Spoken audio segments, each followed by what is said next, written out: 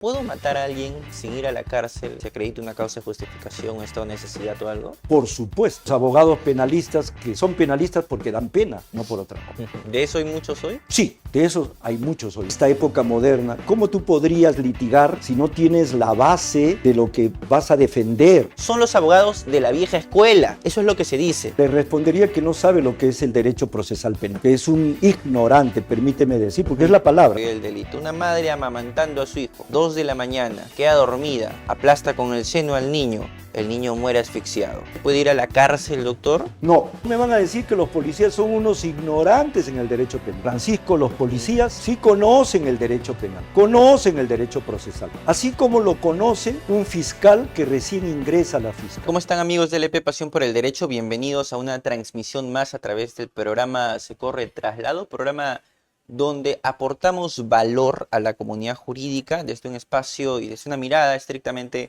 académica. Hoy tenemos un tema importante, muy importante, que vamos a desarrollar junto al doctor Robinson González Campos. Es profesor principal de la Facultad de Derecho de San Marcos en Ciencias Penales, que es su especialidad, un penalista reconocido que además ha sido juez supremo titular de la Corte Suprema de Justicia del Perú y docente en diferentes universidades del país, todas ellas de reconocida relevancia en la comunidad académica, y además es autor de este libro que va a ser materia de conversación el día de hoy, Lecciones Básicas de la Teoría del Delito, que además es prologado por el profesor Eugenio Raúl Zaffaroni, quien tiene unas palabras muy interesantes para esta producción académica del doctor Robinson Octavio González Campos, a quien le damos la bienvenida a la tribuna de entrevistas de LP Pasión por el Derecho. Doctor, ¿cómo está? Muy bien, Francisco, a tu disposición y bueno, quiero agradecerte a ti porque tú eres el que me llamaste para venir a esta entrevista y vengo a LP Pasión por el Derecho después de un año aproximadamente. Y a tu disposición, Francisco. ¿Cuál es la importancia de la teoría del delito, doctor Robinson, en la actualidad, hoy, en un contexto de litigólogos, dirían algunos? Es vital. En un país donde el sistema penal judicial se ha venido a menos, donde cotidianamente se transgreden principios fundamentales del derecho penal, se transgrede el código penal constantemente, porque incluso no solamente por los jueces, por los fiscales, sino también por los legisladores, porque los principios que están en la Constitución primero y en el título preliminar del Código Penal están dirigidos a ser cumplidos por los legisladores también. Yo pienso que los legisladores, o por lo menos los asesores de ellos, deberían de empaparse de estos principios, deberían de ser especialistas. Yo creo que deben de tener, supongo, asesores por especialidad. Si yo voy a hacer un proyecto de ley sobre el Código Penal o procesal penal, tengo que tener asesores en esa especialidad, y parece que no es así. Entonces, es muy importante porque gracias a esta teoría, que de teoría tiene solo el nombre, porque es el aspecto más práctico del derecho penal, porque es el meollo, la esencia, la base de lo que significa una denuncia. Bueno, alguien le podría decir, doctor, pero el aspecto más práctico del proceso penal no es el Código Procesal Penal. No, no. Sin derecho penal, sin teoría del delito, ¿de qué sirve el Código Procesal Penal o la litigación penal? Yo puedo ser un excelente litigante, puedo ser un excelente procesalista, penalista, pero si no conozco el derecho penal, la dogmática penal, la verdad que no tendría esencia, no tendría eje el proceso penal. ¿Cuán cierto es, por ejemplo, que un abogado penalista, conocedor de la teoría del delito, estudioso de la teoría del delito, acaba un caso antes de que llegue a juicio? ¿Eso es cierto? Depende del caso, pero por supuesto que es posible. Generales. Por supuesto que es posible. Por supuesto que es posible. Ahora, tú tendrías que tener un buen interlocutor, un buen fiscal que conozca la teoría del delito, o sea, permeable Ya, que no sepa, pero por lo menos sea permeable, sea estudioso. Me ha dicho, me ha presentado un escrito este abogado, voy a revisar. Ah, sí, tiene razón. Aquí hay legítima defensa. Aquí no hay conducta. Aquí hay un estado de necesidad. Aquí hay inimputabilidad. Entonces, ¿para qué seguir investigando? ¿Para qué gastar el dinero del Estado, de todos los miembros de la sociedad, en procesos que no deberían ni siquiera haberse iniciado? Entonces es muy importante, pero para eso tú tienes que tener como abogado un buen interlocutor. De un tiempo a esta parte, gracias a las redes, nosotros vemos los juicios, vemos las intervenciones de los jóvenes y talentosos abogados, pero que lamentablemente todos sus argumentos jurídicos, sus posiciones dogmáticas, caen en saco roto, porque están con un interlocutor o que no los entiende o simplemente no los quiere entender. ¿Eso se debe a qué? ¿A un tema generacional a lo mejor? Se lo pregunto porque cuando escuchan o escuchamos los jóvenes apreciaciones como las de usted, lo que se suele decir, y lo emplazo directamente, doctor, es que, bueno, pero así se litigaba antes, así se defendía antes, ¿no? Hoy las cosas han cambiado. Hoy la litigación, ¿no?, es, digamos, la punta angular. Es la punta angular y esa es una mirada antigua. Y ya ves que me da la razón, es una mirada del pasado, ¿no? Son los abogados de la vieja escuela. Eso es lo que se dice. ¿Qué podría usted responder? Le respondería que no sabe lo que es el derecho procesal penal, que no sabe lo que es la litigación oral, que es un ignorante, permíteme decir, porque es la palabra, no lo digo en un sentido peyorativo, sino en el verdadero significado que tiene la palabra ignorancia. No conoce, porque como tanto en la época antigua, en mi época, digamos, como en esta época moderna, ¿cómo tú podrías litigar si no tienes la base de lo que vas a defender si eres abogado, o de lo que vas a imputar si eres fiscal, y de lo que vas a resolver si es o no una persona que merece una prisión preventiva, merece una detención preliminar, merece el requerimiento acusatorio, si no tienes la base de la imputación? ¿Qué se le imputa? ¿Cuál es el título de imputación?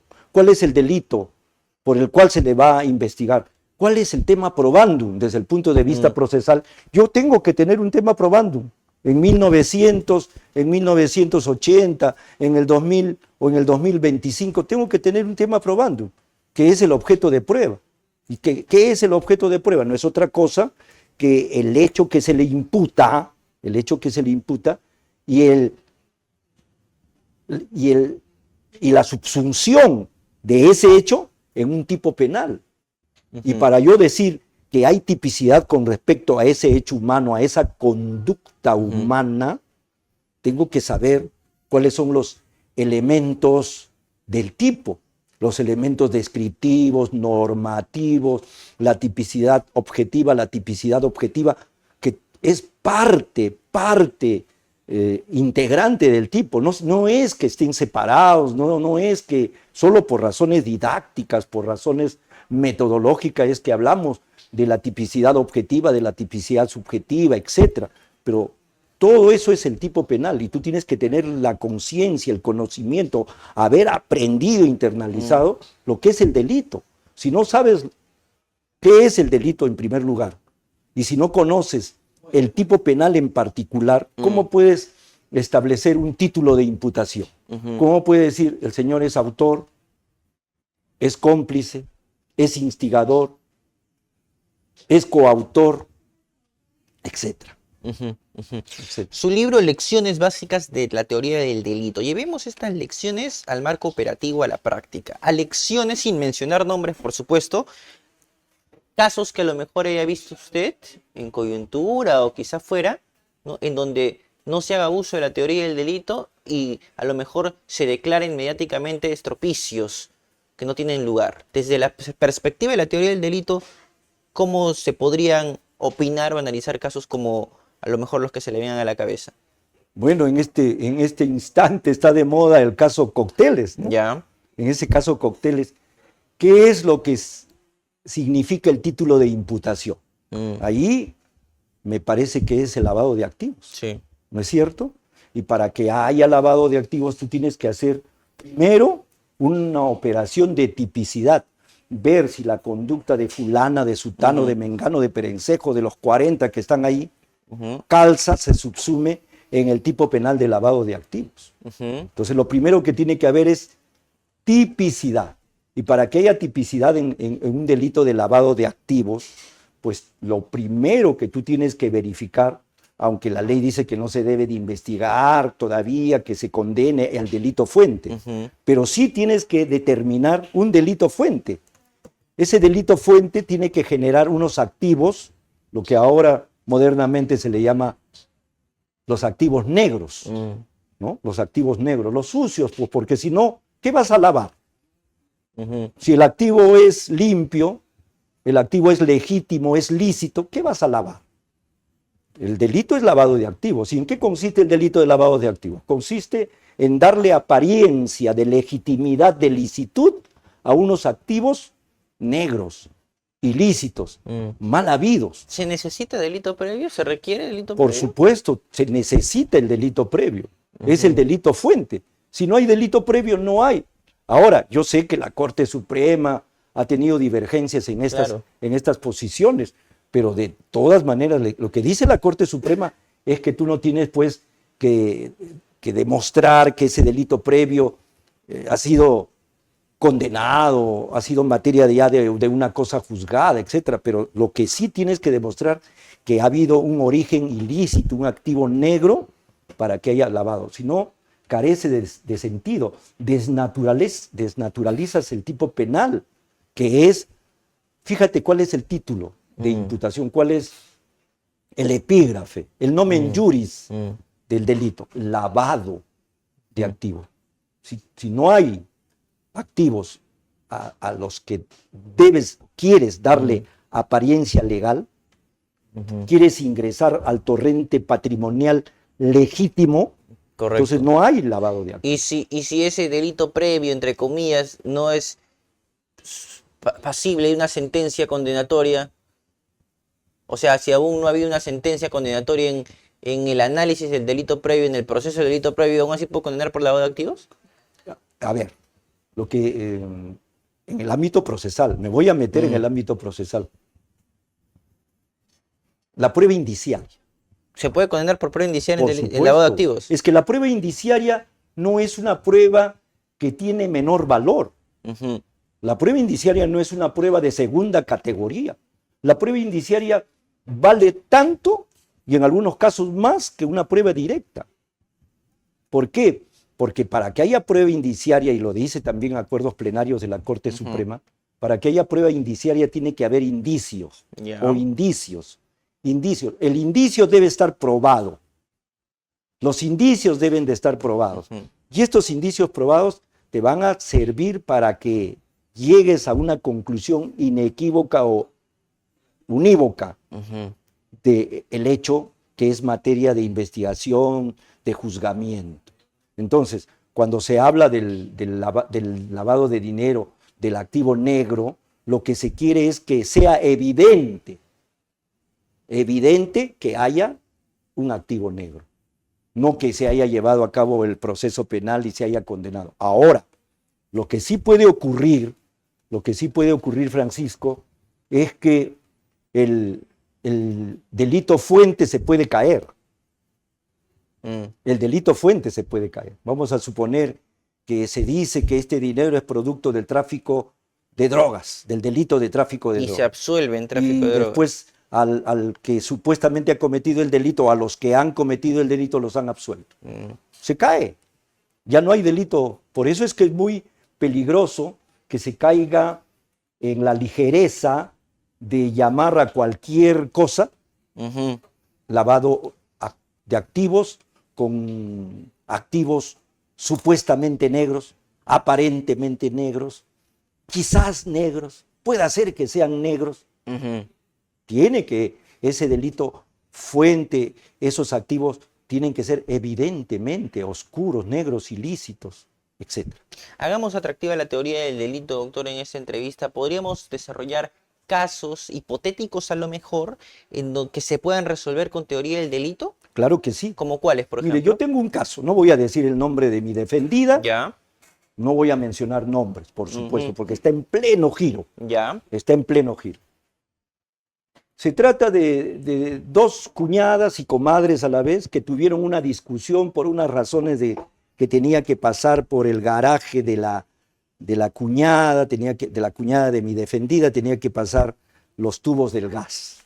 Entonces tuvieron una discusión, un dime que te diré. En un momento determinado mi defendida le mueve el sombrero porque estaba hablando mal de su familia, le mueve el gorro a la supuesta agraviada y se le cae el gorro.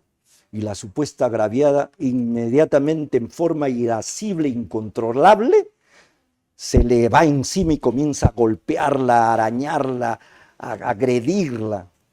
Y mi defendida se limita a defenderse, a evitar que le peguen, a agarrarla, a golpearla también para evitar que la siga agrediendo. Y en un momento determinado le muerde la mano, le muerde el dedo índice a tal extremo, que se lo iba a cercenar. Ahí está el certificado médico. Se lo iba a cercenar. Entonces estaban en un garaje donde había una pila de ladrillos. Entonces mi patrocinada, cuando estaba con el dedo que se le había, le decía, suéltame, suéltame. Con la mano izquierda, desesperada, agarra y le da un golpe en la cabeza. ya. Entonces ahí es donde le suelta. Ahí es donde le suelta. Entonces, ¿cuál es la tesis, la imputación que hace el fiscal? ¿Murió la persona? No. Ha habido lesiones leves, levísimas. Es que no se lo ha dado con fuerza ni tampoco ha querido pues dañarla, sino simplemente hacer que le suelten el dedo. ¿Ya? Tiene un certificado médico legista 2x8. Ya. ¿Ya? Mi patrocinada tiene 1x4. Tiene una herida suturada de 3 centímetros, superficial, de 1 centímetro, 1.5 y 1.5. Ya. Muy bien. ¿Cuál es la ratio de la reacción de mi defendido? Legítima defensa. Y eso no lo ha comprendido el fiscal. El fiscal no ha sido objetivo, porque el fiscal lo que ha hecho es solo denunciarla a mi defendida y para nada ha mencionado en toda la acusación que hace, ha mencionado que mi defendida también ha recibido agresiones. Ahora que estamos en el juicio oral, él aduce que el caso de mi defendida, porque fue un tema de falta, supuestamente falta, ¿no? La agresión y la lesión que sufre ella, entonces lo mandó al juez de paz. Falso. A ambas.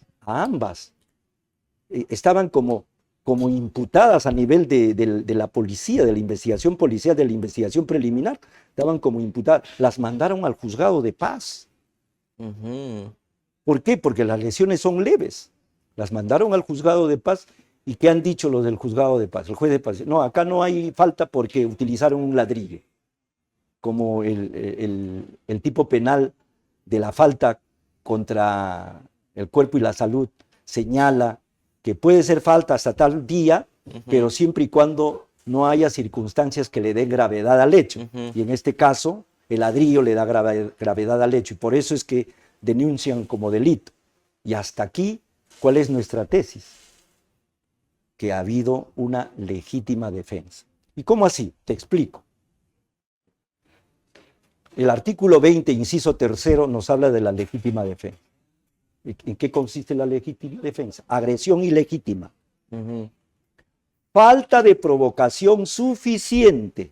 Porque podrían decir, aquí hubo provocación porque le quitó el gorro. Falta de provocación suficiente. Puedes revisar el código de LP, Pasión por el Derecho, y ahí dice, falta de provocación suficiente. Te pregunto, moverle el gorro y que se le caiga al piso, ¿es una provocación suficiente para arremeter irasciblemente, arañar y pegar y agredir y morder el dedo a una persona? No, no es cierto. Entonces ha habido agresión ilegítima, falta de provocación suficiente. Y lo otro, que muy pocos comprenden y por eso se hacen leyes y leyes y leyes que modifican la legítima defensa. ¿Cuál es? Necesidad racional del medio empleado para repeler el ataque. Necesidad racional, Francisco. No dice un instrumento matemáticamente equiparable al que utiliza el agresor, debe de utilizar el agredido. No dice eso. Necesidad racional del medio empleado.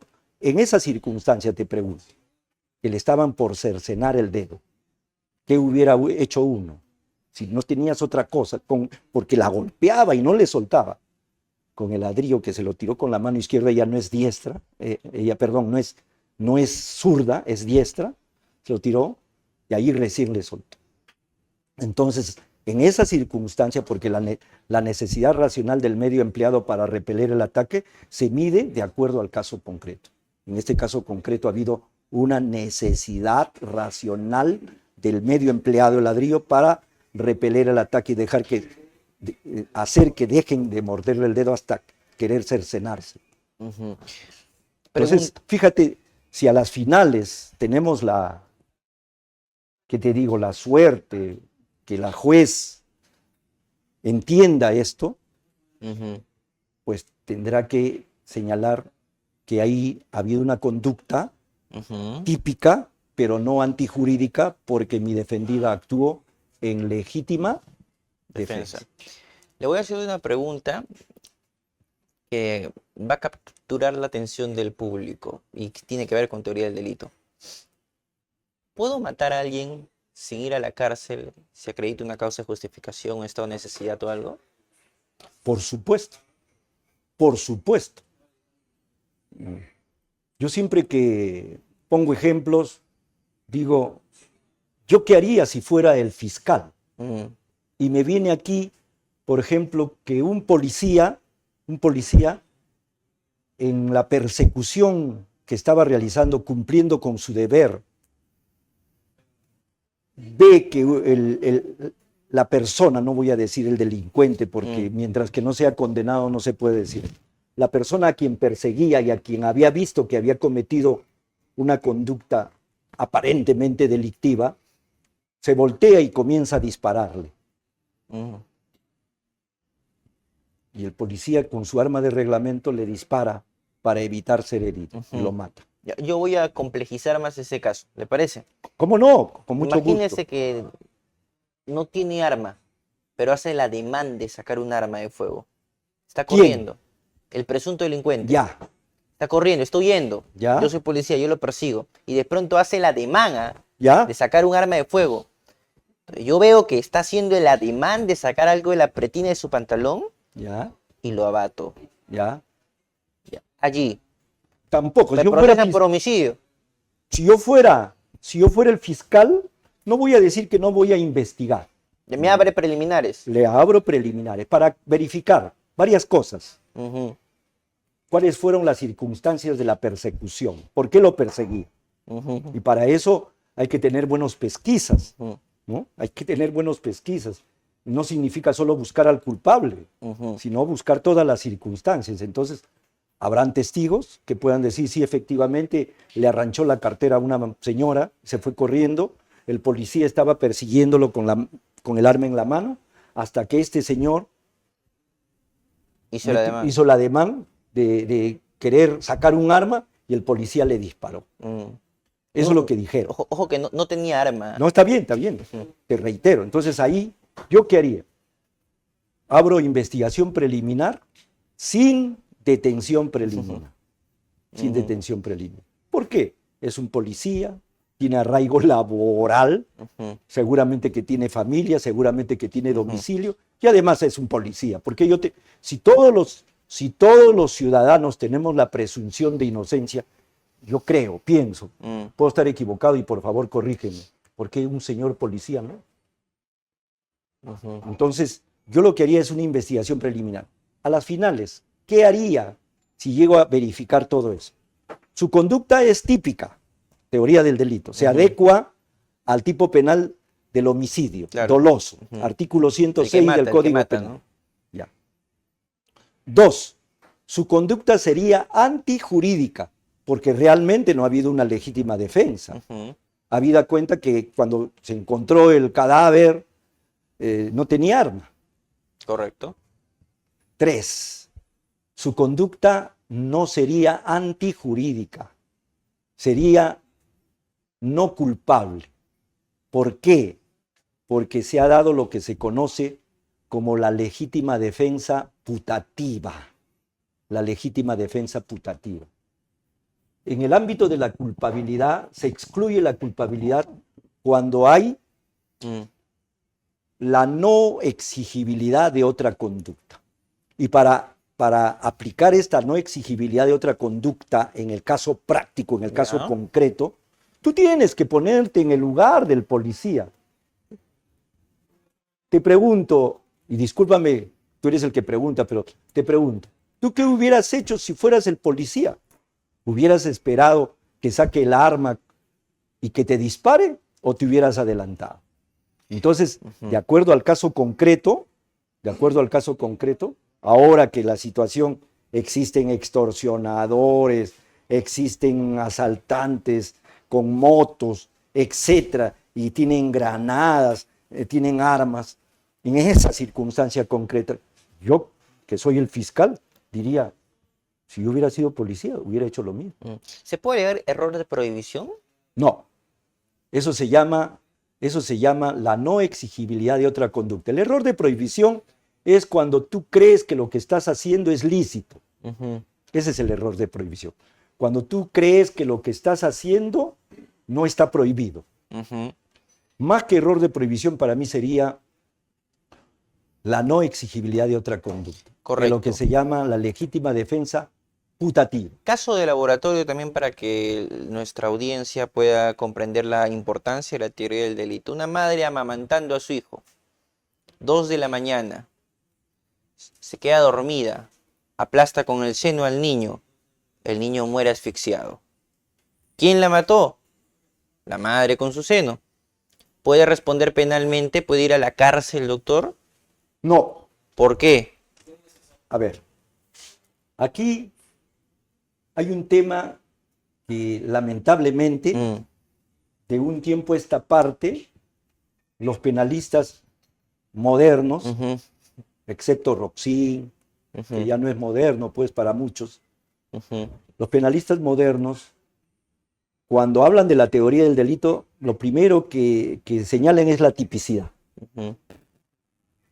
Cuando yo dicto clases en San Marcos, yo no dejo de hablar de la conducta, de la conducta humana, la base, la esencia. Algunos dicen que no es un elemento, pero sí es la base del delito. Es de donde parte la teoría del delito. Es algo indispensable, el acto humano, la conducta humana. Esta conducta humana tiene que ser tal, primero, para que pueda subsumirse en un tipo penal. Si no es conducta, no todo hecho, no todo movimiento corporal, no todo movimiento corporal es una conducta. Solo es conducta aquello que tú lo haces voluntariamente. Aquello que tú lo haces con conciencia. No estoy hablando todavía del dolo, estoy hablando de la conducta. Para que sea conducta tiene que ser consciente. Tiene que ser voluntaria. Mi voluntad tiene que estar dirigida a esa conducta. Ella estaba dormida.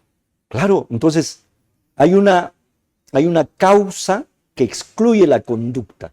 Ya. Se estudia en la teoría del delito. Ahora, es el realizar el hecho durante el sueño. Correcto. Con el sonambulismo. No puede responder penalmente porque se durmió. Así es. Ahora le pregunto, un Ni chofer. siquiera hay tipicidad. Correcto, un chofer de un bus que transporta pasajeros se duerme. Mueren todos menos el chofer. ¿Puede responder penalmente? Depende. A ver, este chofer no ha tomado licor. No. Este chofer ha dormido sus horas. Correcto. Ha dormido sus horas, no ha estado dando 20 vueltas, ida y vuelta al destino del bus, ¿no? 8 horas y otras 8 horas. No ha sucedido eso. Y a pesar de eso, le vino, qué sé yo, a algo inesperado, como el quedarse dormido, obviamente, o no responde penalmente, o su responsabilidad tendría que ser atenuada. Tendría que ser atenuada. Tendríamos que verificar en el caso concreto qué es lo que pasó con este señor. Este señor bebió licor, no. Negligentemente no durmió las horas que debía de dormir, no. Este señor cometió alguna infracción con el vehículo de manejar a toda velocidad, no. Tomó algo que pueda aletargarlo, dormirlo, no. Ya. Entonces, ¿qué pasó? Se quedó dormido. Y si trabajó por obligación de la empresa o porque la empresa sí le asignó rutas, a lo mejor abusivas en términos de tiempo, y no pudo descansar lo suficiente y se quedó dormido en el bus, todos fallecen menos él. Ahí sí podría ser responsable por homicidio culposo. Por homicidio culposo. Él como chofer sabe muy bien que si hace eso, corre el riesgo de quedarse dormido.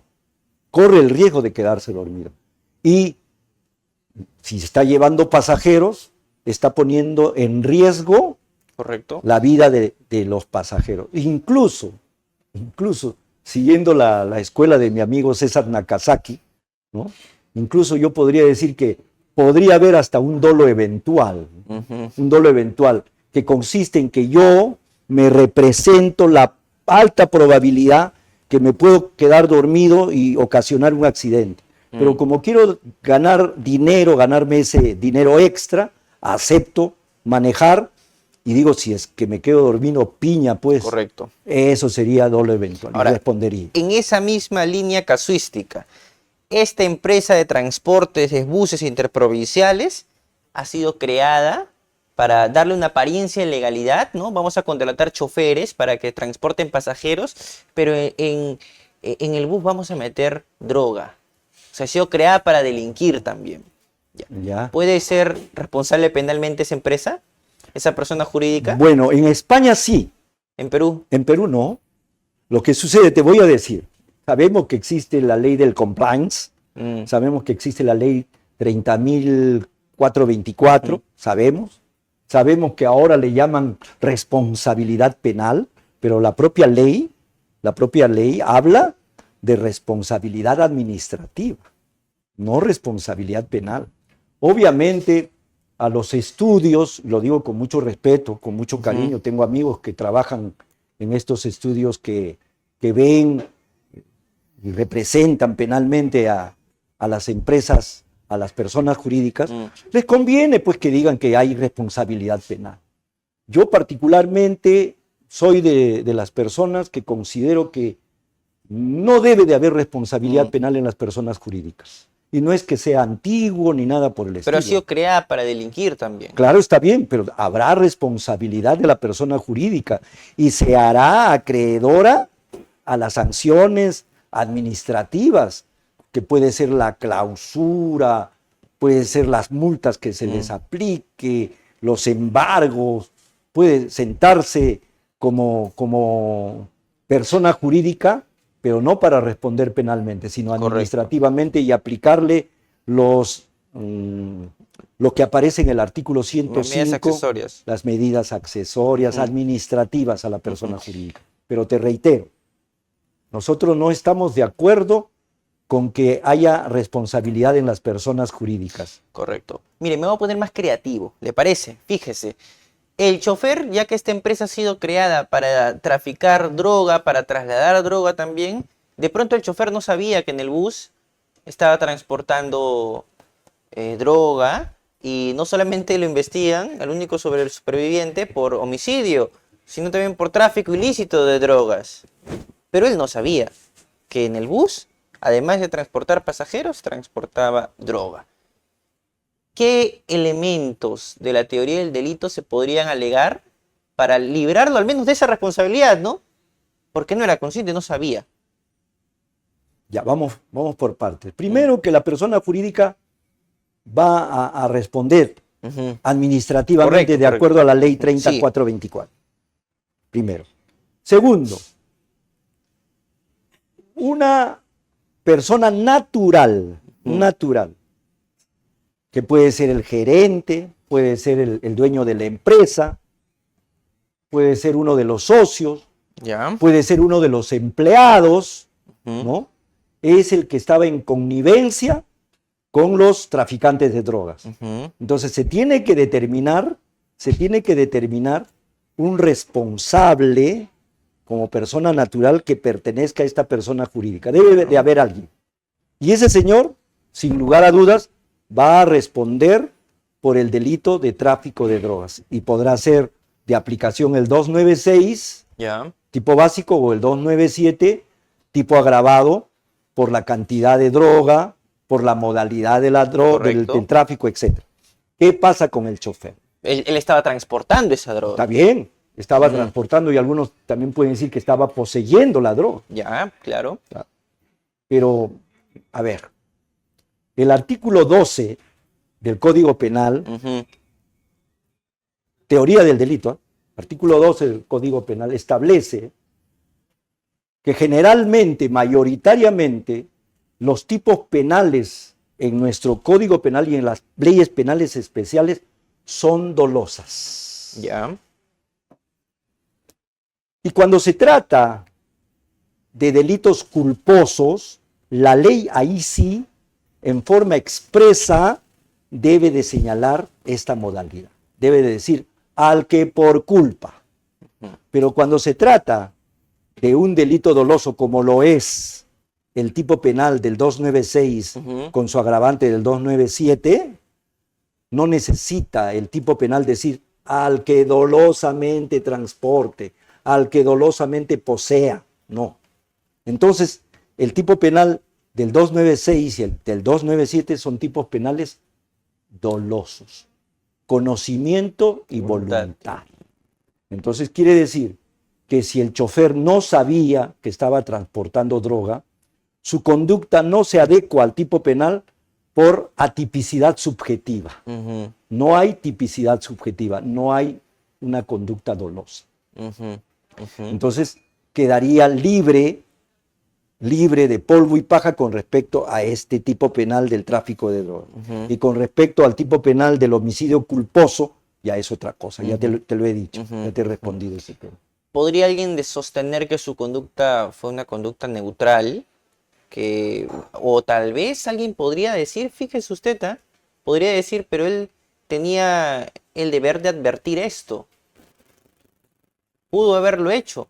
Ya, se lo pongo más difícil, que en su contrato figura pues una obligación laboral de revisar pues lo que está transportando. No al detalle, pero vamos, sí advertirlo. Ya, fíjate, ya sé hacia dónde vas, ¿no? En nuestro país sería casi imposible. Me estás hablando de un bus, Ujú. me estás hablando de 40 o 50 pasajeros como mínimo. Ya, Estás hablando de, por lo tanto, 40 o 50 equipajes, sí. ¿no? Y estás hablando de que el chofer se encargue de verificar esto. Es como si dijeras que el piloto del avión, el capitán, se encargue, haya un contrato que diga, tú tienes que revisar todo el equipaje de los pasajeros para evitar que transportes explosivos o que transportes droga Ujú. en el avión. Es lo mismo, eso se diría al chofer. No, en todo caso, quien tiene la obligación de revisar los equipajes son los que van a recibir los equipajes en la agencia y son los que van a poner en la bodega del bus esos equipajes. Pero que yo sepa que un chofer tenga que revisar, no creo. Pero vamos a suponer, hipotéticamente, en el supuesto pero negado, que efectivamente él tendría que revisar. Si lo hizo con minuciosidad, no pasaría nada. Si no hizo la revisión, sería negligencia. Y el tipo penal no se adecuaría, habría lo que se llama un delito de tráfico de drogas culposo. Y no tenemos ese delito en nuestro ordenamiento jurídico. Y por esa razón sería una conducta atípica. Correcto. Eso sería un error de tipo vencible, un error de tipo vencible. Y el error de tipo vencible, lo dice el artículo 14 del Código Penal, solo se responde cuando hay un tipo penal culposo. Y en este caso no hay un delito. Correcto. Utilizando este mismo ejemplo, no se queda dormido, ¿ok? No se queda dormido, pero de pronto, mientras conduce, lo enceguece el vehículo que viene en la otra vía, en contra, ¿no? Lo enceguece. Y se descarrila el bus, mueren todos, él vive. ¿Homicidio? ¿Condenado por homicidio o no? Bien. Voy a adelantar algo que voy a decir el 20 de febrero, cuando hable sobre la imputación objetiva. En el diplomado que organiza el EP Pasión por el Derecho sobre teoría del delito, sí, en donde usted va a dictar. Sí, voy a hablar sobre la imputación objetiva, correcto, la teoría de la imputación objetiva. Algunos inmediatamente tratarían de aplicar aquí la teoría de la imputación objetiva. ¿Ya? Algunos. Pero yo soy de los que piensan que la teoría de la imputación objetiva solo se aplica cuando previamente se ha verificado la tipicidad subjetiva. La imputación objetiva es un filtro.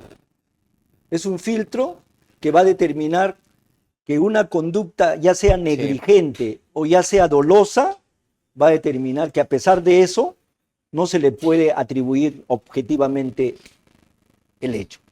No se le debe de atribuir, haciendo un análisis normativo. Pero en este caso que tú estás poniendo, yo diría que ahí realmente no ha habido ni negligencia ni dolo. Ya. En todo caso, el que ha provocado el accidente es el que venía en sentido contrario y no supo, porque hay reglas de tránsito que establecen que cuando tú vas a cruzar con otro en la carretera, tú tienes que bajar tu luz para que el otro no se enceguezca y pueda discurrir sin ningún problema. Pero en este caso, como suele suceder en las carreteras, este sujeto no bajó la luz, sino por el contrario, con la luz alta, siguió discurriendo. Entonces, ahí su conducta no sería una conducta típica por atipicidad subjetiva. No habría culpa, menos dolo. Entonces ya no habría necesidad de hablar de la imputación objetiva, de la prohibición de regreso, de el no haber aumentado el riesgo, el haber disminuido el riesgo, etcétera, etcétera. Del ámbito de aplicación de la norma, que son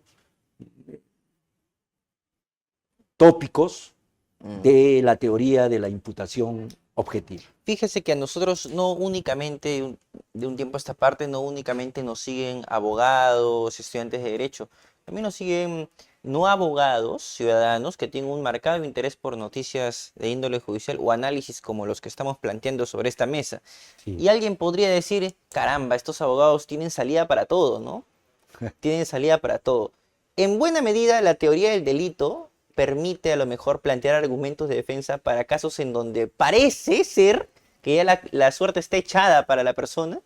Sí, por supuesto, porque justamente de un tiempo a esta parte, por eso yo considero que hay dos males con respecto a este tema de la teoría del delito. Ya. La falta de estudio, de análisis concienzudo de esta teoría del delito. Y la otra, la importación acrítica de teorías de otros lugares, de otros países, que las traen y las pretenden aplicar sin que se adecue a nuestra realidad jurídica. Entonces ese es el gran problema. Yo pienso que ese problema está generando que a veces, cuando se abre una investigación preliminar, cuando se hace un requerimiento de investigación, del inicio de la investigación preparatoria, se está mal utilizando la teoría del delito y se está investigando hechos que a la postre, si es que se encuentran con jueces que conocen, que son estudiosos, que son valientes, porque para ser juez en este país también hay que ser valiente para no dejarse presionar por nadie, van a terminar siendo absueltos. Entonces, todo ese tiempo que se ha utilizado, la pena del banquillo, que varias veces tus entrevistados lo han mencionado, tantos meses, años procesados para que termine en una absolución, a mí me parece un desperdicio. Sí. Entonces, por eso es que yo considero que sí, fiscales, jueces, policías, abogados, todos los litigantes, todos, incluso los del Instituto Nacional Penitenciario, deberían de empaparse, conocer, manejar esta teoría del delito. ¿Policías? Por supuesto, he mencionado a los policías, he mencionado a los policías. Y quiero decirte algo, yo no tengo nada en contra de la policía, ni tampoco tengo mucho a favor. Trato de ser objetivo. Conozco excelentes policías. En estos más de 40 años que tengo en mi ejercicio profesional, he conocido y conozco policías. Para mí, Francisco, los policías sí conocen el derecho. Sí conocen el derecho penal, conocen el derecho procesal, así como lo conoce un fiscal que recién ingresa a la fiscalía. O sea, no me van a decir que los policías son unos ignorantes en el derecho penal. No estarán capacitados pues como un especialista. Sí. Que ahora que se le ha dado por ley la potestad de la investigación preliminar, que el alto mando de la policía debe de propiciar cursos acelerados de capacitación en temas penales y procesales penales, aparte de los otros temas inherentes a la policía, sin perjuicio de los estudios que también hacen en su preparación. Llevan cursos de derecho penal, de derecho procesal penal, llevan cursos, pero a los que se van a encargar de investigar, porque la verdad, para mí hay muchos policías y muchos fiscales que no saben investigar. No porque sean policías ya nacieron investigando. Cuidado. Entonces, pero que sean unos ignorantes en derecho penal, eso no es verdad, eso es falso.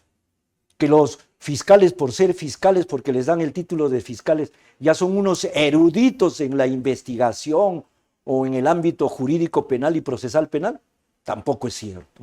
Tampoco es cierto. ¿Por qué? Porque hay muy buenos fiscales, pero también hay de los otros. Hay muy buenos jueces, pero también hay de los otros. Hay muy buenos abogados, pero también hay de los abogados penalistas que son penalistas porque dan pena, no por otra cosa. ¿De eso hay muchos hoy?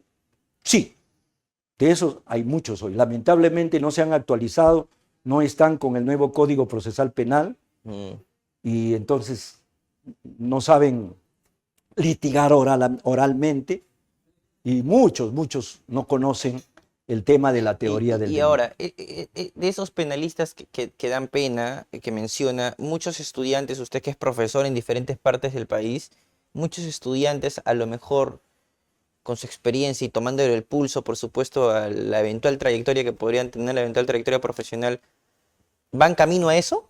¿A convertirse a lo mejor en penalistas que dan pena? En todas las universidades.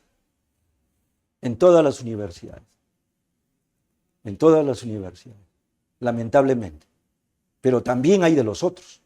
Pero que en mayoría... Yo tengo la suerte, de trabajar en la Facultad de Derecho de San Marcos, con un taller que se llama el Taller de Ciencias Penales. Y en ese taller hay excelentes, no digo buenos, no digo más o menos, excelentes futuros penalistas. También hay un taller, y lo tengo que mencionar, no lo dirijo yo, lo tengo que mencionar, es el taller de dogmática penal, donde también hay unos chicos y chicas excelentes, futuros buenos penalistas.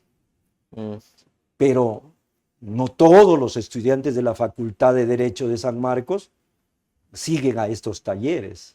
Hay de los otros, en todas las universidades. Yo por eso siempre les digo a mis alumnos, es verdad que se dice San Marcos es San Marcos, pero si San Marcos es San Marcos, ¿saben por qué? Porque tiene 400 años de existencia y esos 400 años tiene ilustrísimos exalumnos. Pero también hay de los otros en San Marcos. Y asimismo, en otras universidades, yo no me acuerdo dónde ha estudiado este doctor a quien yo admiro, el doctor Salas Beteta. Cristian Salas Beteta. Cristian Salas Beteta. En la Universidad San Juan Bautista. Es un excelente Claro que penalista. Sí. No me va a decir porque no salió de San Marcos, no es un excelente penalista, litigante, profesor. Y así como él, hay varios abogados jóvenes que son muy buenos abogados. Pero no todos, pues. No todos, lamentablemente no todos. Así, por ejemplo, Francisco Celis Mendoza Ayma, Claro, Jean-Paul Taboada, el doctor Valdeiglesias, el doctor Zaguanay, y así se me están escapando nombres, el doctor Carcausto Calla. Son excelentes jueces, donde yo tranquilamente digo, yo me saco el sombrero ante ellos. Excelentes jueces. Entonces yo por eso te digo, ¿qué pasaría si se ha iniciado una investigación preliminar sin tomarse en cuenta la teoría del delito?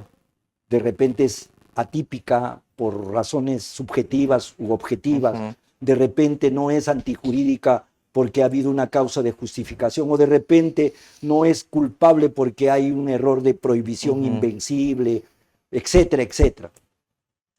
Y se sigue investigando, y ahí llega donde estos jueces. Yo estoy seguro que estos jueces van a terminar absolviendo a ese señor. Correcto. Vamos llegando a la parte final, doctor, de esa transmisión. A propósito de los efectivos policiales de la Policía Nacional del Perú, hay dos temas en debate y muchos otros más, pero por temas de tiempo vamos a desarrollar apenas dos. A ver, la ley de los policías. ¿Policías en función deben o no deben ser pasibles de que se les pueda dictar una prisión preventiva o una detención preliminar? Este tema está en debate porque desde el Ministerio del Interior se plantea esta propuesta para que efectivos policiales no sean sometidos a prisiones preventivas o detención preliminar. ¿Qué opina usted al respecto? Cuando se trata que un policía ha actuado en cumplimiento de su función, en cumplimiento de su misión, y por eso ha incurrido aparentemente en una conducta típica, aparentemente digo, yo pienso que no debe de dictarse detención preliminar para ese policía. Correcto. Ni tampoco para cualquier ciudadano. Pero prohibir. Por cuestiones así baladíes. Pero prohibir que se le pueda, siquiera pedir, siquiera evaluar, siquiera dictar, ya dígase, una prisión preventiva, una detención preliminar contra policías. O sea, bueno, prohibir. Para todos los ciudadanos sí se puede pedir, sí se puede dictar, eventualmente. Yo estoy... Para los policías no. Esa ley es inconstitucional por la sencilla razón. Ya. Si hubiera una ley que dijera, se prohíbe que se dicte detención preliminar o prisión preventiva para cualquier ciudadano, inclusive los policías, donde no haya ni siquiera una causa probable, yo estaría de acuerdo. Estaría de acuerdo. Pero aquí se está violentando un principio constitucional, que es de igualdad ante la ley. Se está discriminando. Segundo, no debería de existir esa ley. No debería de existir. De repente, no sé, en Alemania, en España, en Europa, no sé, no debería de existir. Pero en nuestro país, donde se hace uso y abuso de la detención preliminar y de la prisión preventiva, entonces a veces el legislador legisla a la defensiva. Yo, si fuera legislador, lo que propiciaría más que una ley de esta naturaleza es un acuerdo, creo que hay una reunión que se llama el Acuerdo Nacional, ¿no es cierto? De Acuerdo Nacional donde participa el presidente de la República, Consejo de Estado? el Consejo de Estado o el Acuerdo Nacional, qué sé yo. Ahí, por ejemplo, debería de establecerse coordinaciones entre el Ministerio del Interior, el Poder Judicial, el Ministerio Público, el Instituto Nacional Penitenciario. Debería de hacerse coordinaciones. ¿Para qué? Para que los miembros de estas instituciones lleven cursos de capacitación integral e integrados. Integral e integrados. Cuando se promulgó el Código Procesal de 1991, que solo se puso en vigencia algunos artículos del mismo, a nivel del Ministerio Público de ese entonces, yo estuve en el Instituto de Investigaciones del Ministerio Público el año 95, 96, 97 y 98. En esa época llevábamos cursos de capacitación con PNUD, llevábamos cursos de capacitación para los fiscales a nivel nacional, pero esos cursos de capacitación integraban fiscales, no solo a los fiscales, fiscales, policías y jueces. Capacitación. Si se llevara a cabo esa capacitación, yo estoy seguro, Francisco, que no habría necesidad de estas leyes que, por supuesto, a primera vista dicen, no puede ser, esto es un abuso. Pero ¿y el abuso que se comete cuando así sea evidente, y se han dado casos, así sea evidente que el policía actuó en cumplimiento de su misión, le dictan detención preliminar o prisión preventiva? Entonces ahí sí, que yo estoy de acuerdo que se dicte la detención preliminar contra quienes lo merezcan, la prisión preventiva contra quien los merezca, cumpliéndose principios fundamentales, la libertad como regla y la prisión preventiva o la detención preliminar como excepción. Estoy de acuerdo, porque sí, hay necesidad que se dé esta clase de medidas coercitivas personales, pero que esto no signifique un baldón, una injusticia y un daño a la persona que ha sido merecedora de estas medidas cautelares y que nadie les va a devolver el daño que se les hace a ellos y a su familia. De manera muy escueta, doctor, ¿la policía debe estar a cargo de las preliminares? Conducir operativamente. A ver, 32.130, ¿no es cierto? Sí. Ya.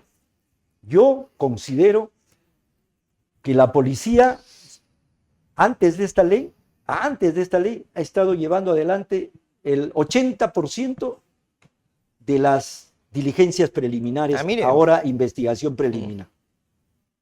¿Ya? Y ahora la policía puede llevar y debe de llevar estas investigaciones preliminares, pero eso no es óbice para que el fiscal también lo haga. Correcto. ¿Por qué? Porque como lo dice el profesor Reinaldi, que viene mucho a Pasión por el Derecho, Reinaldi, como lo dice él, la ley no prohíbe, no dice sí y solo sí la policía. No dice. Entonces, también, y aquí quiero agregarte algo más. Un colega y paisano mío, a quien lo quiero y le tengo mucho respeto, no voy a mencionar su nombre, ha dicho que los fiscales no deben de investigar. ¿Dónde dice en la Constitución que los fiscales deben de investigar? Oiga, ¿cómo sería si el general máximo de la Policía Nacional no supiera lo mínimo que debe de saber un policía? ¿Cómo el que dirige la investigación de acuerdo a la Constitución no puede investigar? Entonces ahora tanto la policía como la fiscalía pueden investigar, que ahora mayoritariamente la policía se debe de encargar, Pero te digo, ambas instituciones necesitan capacitación. Ambas instituciones necesitan capacitación. Correcto, doctor. Hemos concluido con la entrevista. Ah, por cierto, hace un momento le pregunté, le comenté que no nos siguen únicamente abogados, no nos siguen solamente estudiantes de derecho, también nos siguen ciudadanos que tienen interés por noticias de esta índole, ¿no? Entonces alguien se está preguntando, bueno, caramba, he terminado de ver la entrevista y la verdad es que los abogados, con esto de la teoría del delito, tienen salidas para todo. ¿Qué podría decirle usted al ciudadano que tiene un interés por temas jurídicos sobre este tema en particular?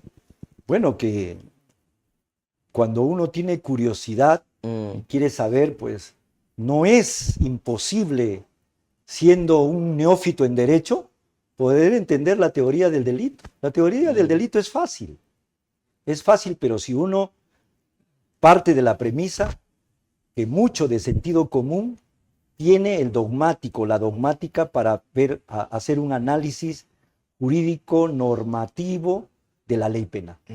Entonces, así como los abogados tienen salidas legítimas, legítimas, contestes con la teoría del delito, los fiscales también, los policías también deberían de tener, y los ciudadanos también. Los ciudadanos también. Correcto. Queridos amigos, nos vemos en una próxima transmisión. Hemos llegado a la parte final de esta entrevista junto al doctor Robinson Octavio González Campos, hablando sobre su obra, Lecciones Básicas de la Teoría del Delito, que es prologado por el profesor Eugenio Raúl Zaffaroni. Nos vemos en una próxima transmisión, queridos amigos. Permiso, me despido de todos ustedes.